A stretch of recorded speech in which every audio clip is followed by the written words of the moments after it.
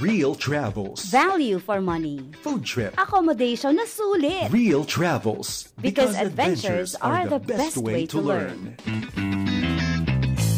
Hey guys! Welcome to Real Travels, a travel and adventure show powered by FEBC in collaboration with Shutterlight Digital. My name is Shaira De La Peña, your travel buddy and your host for today's video. And today, live na live tayo dito sa Kuala Lumpur, Malaysia. Behind me is the ever-famous iconic Petronas Twin Towers, guys. And to kickstart our episode for today's video, we will go and explore one of Kuala Lumpur's best places and best eats dito. So without any further ado, guys, let's go and explore Kuala Lumpur, Malaysia. And now, guys, grabe, finally we are here in the Petronas Twin Towers. And behind me, kitang-kita nyo guys yung dalawang towers. Sobrang laki, sobrang ganda, guys. And you know, it's really iconic, no? Siguro yung nakita ko, tapos sabi ko, wow, nasa Malaysia na talaga ako. Ganun yung feeling, guys, na sobrang iconic niya. It's like when you go to Kuala Lumpur, Malaysia, Petronas Twin Towers talaga yung kailangan mong makita for your eyes. Kasi iba siya kapag sa picture eh. Pero iba din talaga kapag live mo siya makikita. So it's really nice. Talagang malaking-malaki siya. It reminds me of the Burj Khalifa sa Dubai. Pero grabe, iba din yung charm nitong building na to. It's actually the world's tallest twin towers, standing at 452 meters or 1,483 feet tall.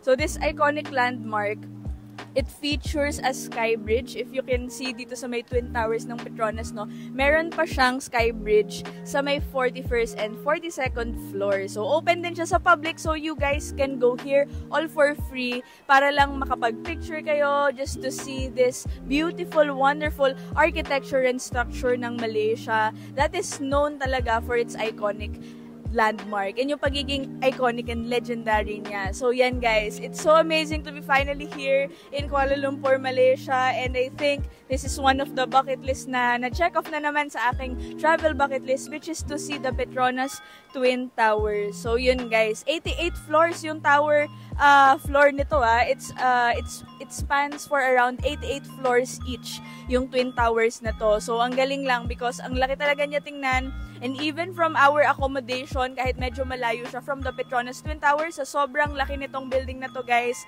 kitang-kita pa rin siya and natatanaw siya. And I think this is really the tower that signifies na nasa gitna ka talaga ng Kuala Lumpur City Center. So yun guys, wag niyo i-miss to kapag nag-Malaysia travel kayo.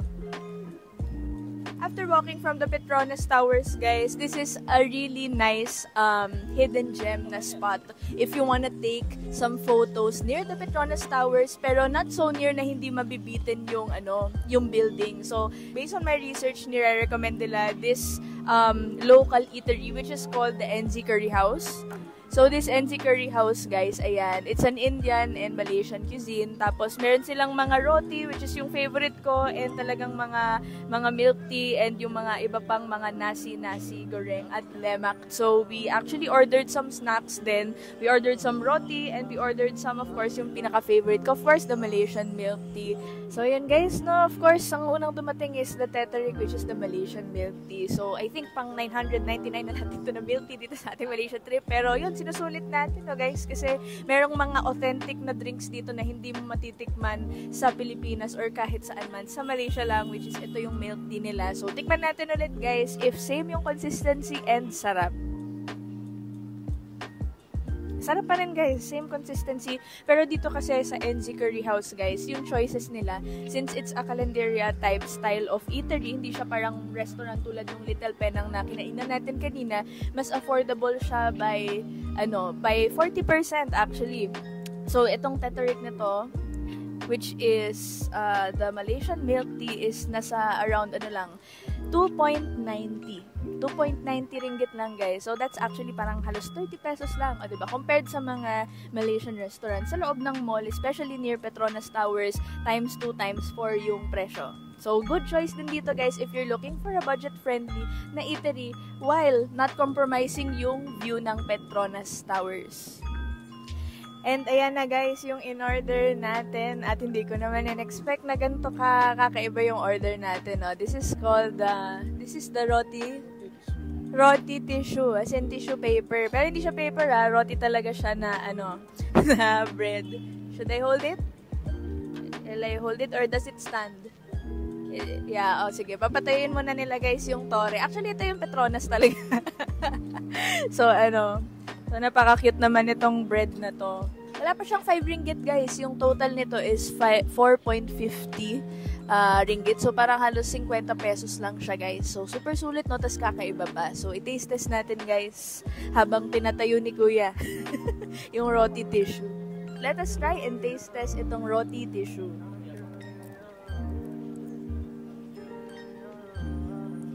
Ay, masarap guys. Dessert to. Sobrang sarap niya guys. Tikman ko ulit Alam mo yung apa ng ice cream? So parang ganun siya. Pero mas crunchy siya. Tapos ang sarap ng dough ng bread. Tapos yung sauce niya, parang kondensada na parang may pagka-milky na hindi siya masyadong matamis. Napakasarap guys. O diba? So, ano pala itong in-order natin? Hindi pala ito savory na na roti. This is a dessert type of roti. Mga 2 to 3 people hanggang 4. Depende sa pagkurot nyo dito sa parang Petronas Tower shape na roti na to. So, ayan guys. Napakasulit. And ito dumating na. Thank you so much. Roti Telur. Okay, so dumating na yung isa. Kaya i-taste test naman natin yung isang dumating natin na in-order which is the Roti Telur with dal. So, yung dal niya is DAL. So, it's a type of parang Indian spice. So, balit dalawa yung sauce niya. And itong roti na to, grabe guys, yung sinerve, mainit-init, tsaka ang sarap. And by the way, this is only 4 ringgit lang guys. Imagine mo, 40 pesos, meron ka ng napakagandang bread of roti. Tapos, freshly baked pa yung egg sa ilalim ng roti na bread na to. So, let us try. Dip muna natin sa first na dip.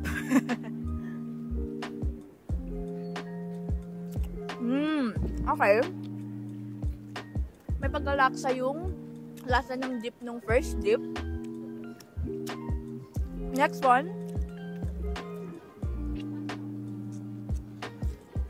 Okay, mas trip ko to guys. Itong isang dip na to. I'm not sure if this is the telur or the dal. Pero masarap. Ang sarap. Yung first dip, hindi ako fan, to be honest. Baka sa iba masarap yung lasa. But dahil medyo mas laksa yung lasa ng first dip, guys, iniisip ko kasi laksa, hindi for bread, for pasta. But the second dip, guys, ito talaga yung favorite na dip ko sa mga roti, which is yung parang medyo curry na medyo may onting spiciness. So, it's really nice. I'll give this, of course, a 9 out of 10 for the second dip, guys. But overall, dahil fresh yung serving ng roti, telur, and talagang napaka-fresh ng lahat ng sinerve niya overall. I'll give the overall order dito sa NZ Curry House a 9 out of 10. Kasi napakamura na ng food.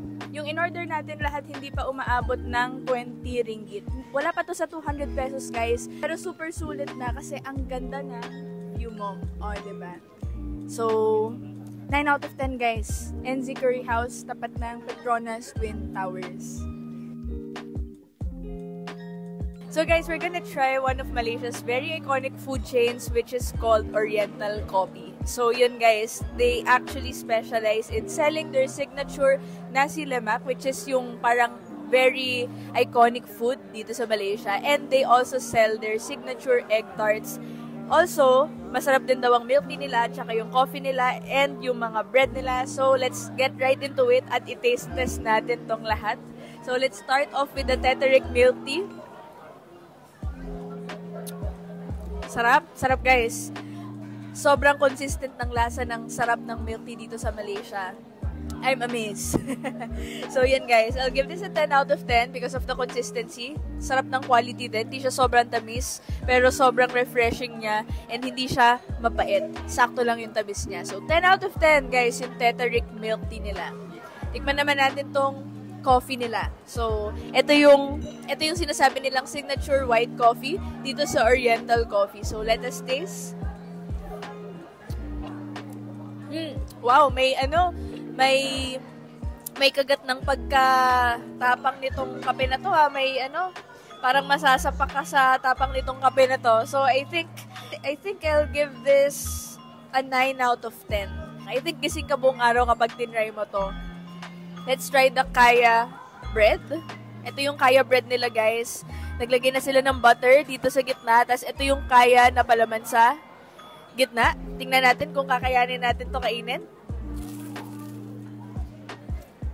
Ang sarap, guys. I'll give this a 10 out of 10. Napaka-smooth lang niya tikman. As in, sobrang sarap. May halo siya ng pagkaalat na matamis. Tapos lasang-lasa mo yung kaya na palaman. Very generous sila sa serving. I'll give this a 10 out of 10. Super, one of the must-try nyo talaga to na food when you go to Malaysia. The kaya bread toast. Ayan. With butter, guys. Sobrang sarap.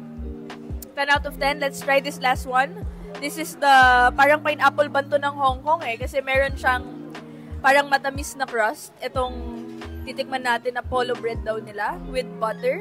So, very similar to the pineapple bun of Hong Kong. May syrup din silang nilalagay and you can put some butter on this one. So, let us try. Not that much of a fan, but yung maganda dito, guys, is the texture. Sobrang ganda ng texture niya. Crunchy siya na malambot sa bibig mo. I'll give this a 7 out of 10. Masarap pa rin siya, guys. It reminds me of the pineapple bun ng Hong Kong. So, masarap yung combination ng syrup, ng butter, dito sa crunchy bread, na medyo matamis. Sarap siya, guys. Overall, try nyo dito, guys. This is Oriental Coffee. Madami siyang branch here in Malaysia. And, one of the famous, iconic fast food, hindi naman fast food, one of the famous and iconic food chains here in Malaysia. And they also have products they sell. So, if, kunwari nagustuhan nyo to, meron silang binibentang milk tea na sachet, Oriental Coffee yung brand, as well as the kaya na mga palaman and other many more mga products. So, para siyang pasalubong center din when you come here. So, yun, guys. Try nyo. This is a must try. Another thing that we can try dito sa Kuala Lumpur, of course, hindi mawawala yung pag-hunt natin sa mga sikat na fast food chains, guys, here abroad. Of course, yung mga fast food chains natin locally sa Philippines na homegrown, we can also actually try yung version nila dito na fit sa panglasa din ng mga Malaysians. Since we went to Hong Kong previously, na-try natin yung isang fast food chain doon na Hong Kong version. Akma sa lasa ng mga taga Hong Kong. So dito, guys, sa Malaysia naman, we will try kung ano yung lasa ng kanilang chicken and spaghetti meal kung masarap. So guys, kung nanonood kayo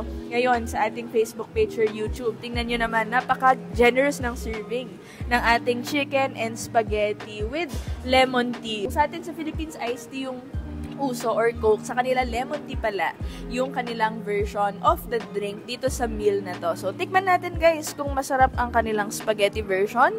Ano ba ang difference at ano ang similarities? Kasing lasa ba to ng spaghetti na Filipino? Yung hotdog ng spaghetti, guys, parang Frankfurter. Sobrang kapal.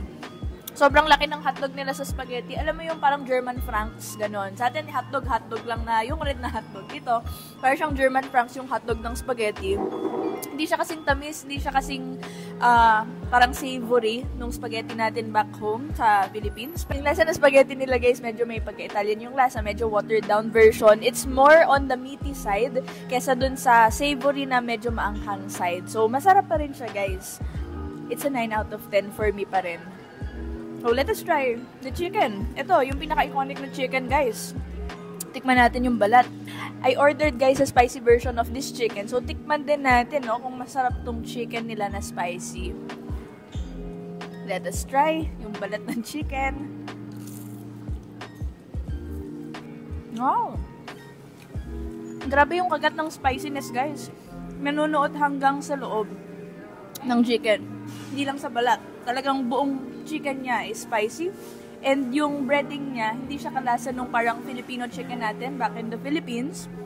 Kalasa niya yung parang chicken na usually na natitikman dito sa Malaysia. So, ang galing lang, guys, kasi inaakma nila tailor fit sa taste buds ng mga Malaysian dito. Pero, hindi pa rin compromise yung quality ng fast food that we all know, yung lasa nun. So, yun, guys, try nyo mga fast food dito sa Kuala Lumpur.